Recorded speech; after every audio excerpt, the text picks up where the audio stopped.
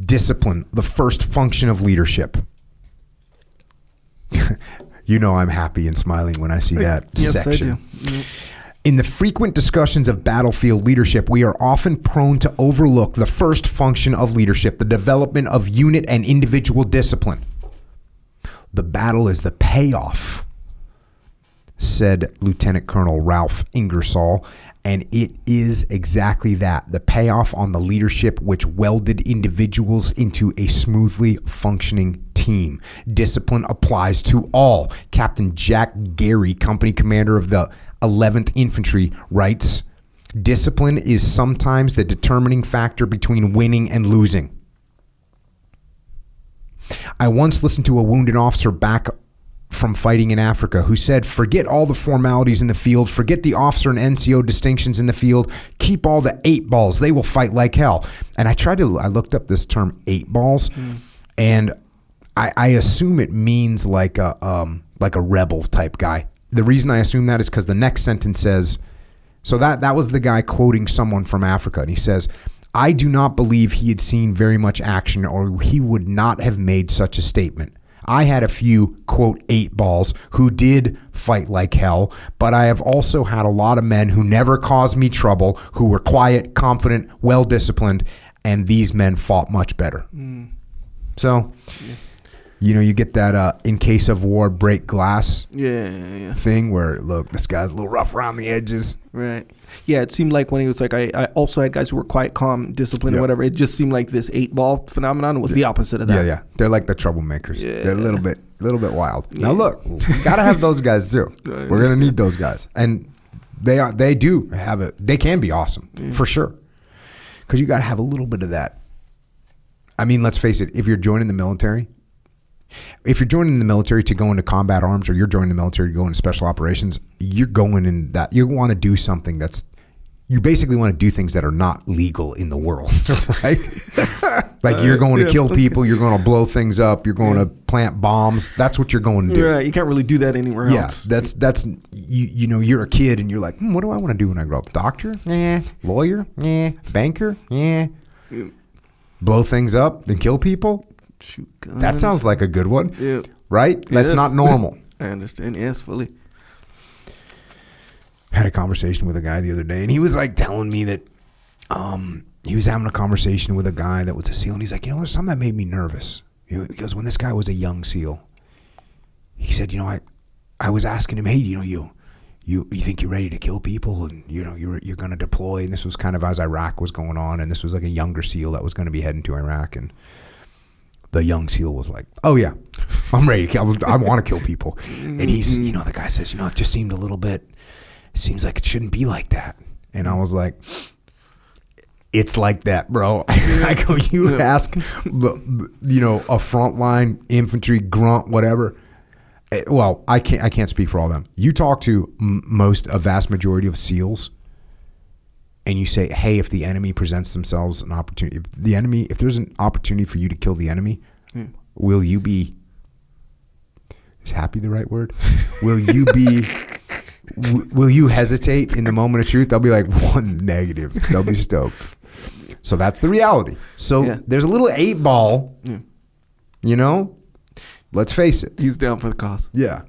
Now that's the thing is, the very good soldier that you want has that capability, but has the discipline to keep it under control. The whole the little clip you made of Jordan Peterson and I talking about the good man is a dangerous man who has their danger and their aggression under control. Through discipline. Voluntary control. Under voluntary control. That's what we're looking for. That's what we're looking for. Yeah. Actually. That's what we're looking for. Next section. Discipline is based upon confidence.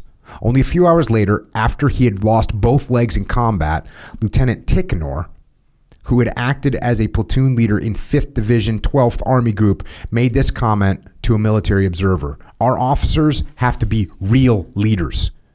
Discipline in combat depends largely upon the men's knowing that the officer in charge of them knows his business and is not reluctant to take necessary risks. A battalion commander of the 6th Armored Division in France makes a similar comment. Unless the officer or NCO knows his job completely, the men have no faith in him. Unless the men have faith in their leaders, their battle discipline will be poor. So when they're talking about discipline they're like, is the team going to do what they need to do when they get the orders to do it? And if they have faith in the leader, they'll do it. And if they don't, guess what?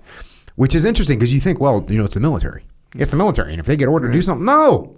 That's what they're talking about here. That's what they're talking about. It doesn't work like that. It doesn't work like that anywhere. Just because I bark an order at you and I have rank over you doesn't mean you're going to do it, especially if it's going to get you killed. There's a comment here. And in these books, the authority chimes in. The author, or whoever the author is, the authors chime in and they just write comment. And it says comment, a leader who has not gained the respect and confidence of his men during training has 2 strikes against him when he enters combat. The element of doubt in the minds of his men may be the difference between success and failure of a mission. Gaining respect and confidence of your men. How do you do that? Do you do that by barking at them? No. Do you do that by yelling at them? No. You do that by listening. You do that by treating them with respect. Here is a definition of discipline, says Colonel E.L. Munson, Signal Corps. True discipline is voluntary. It is based on knowledge, reason, a sense of duty, and idealism. A good leader develops in his men a cheerful and willing obedience that wants to respond, that wants to carry out his orders. This kind of discipline will, in the end, bring combat results as no other kind possibly can. We could probably stop right here. Because everyone thinks when the military talks about discipline, they're talking about if you can beat your people into submission, then you're going to be good to go. No, that's not the kind of discipline we're talking about. Cheerful, willing obedience. That's a totally different thing. Willing obedience. People want to carry out the orders. Totally different. You don't really think of discipline associated with cheerful. Yeah, the context that they're using is military discipline is like, hey, does the team respond and execute what they're told to do with discipline, right? So in the context of that, there's multiple ways to achieve that. One of them is by beating people. Right. That you're going to do this, and you beat them. And they're afraid, and they're doing it out of fear. The other way is they're doing it because they understand, because they're part of it. The result is similar. Yeah. But what this guy is saying is that the one that will bring combat results like no other kind is the kind where it's a positive discipline. Yeah, when they're happy to do it. It's a self-imposed discipline. We're doing this because we want to. Yeah. Not because someone's barking at us.